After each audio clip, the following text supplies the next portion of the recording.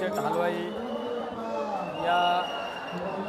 मंडळातील गणरायाचं या ठिकाणी दर्शन घेतलं आणि गणपती बाप्पांना प्रार्थना केली की माझ्या सर्व मायबाप जनतेला सुखी समाधानी ठेव, हीच मी या ठिकाणी गणरायाला प्रार्थना केली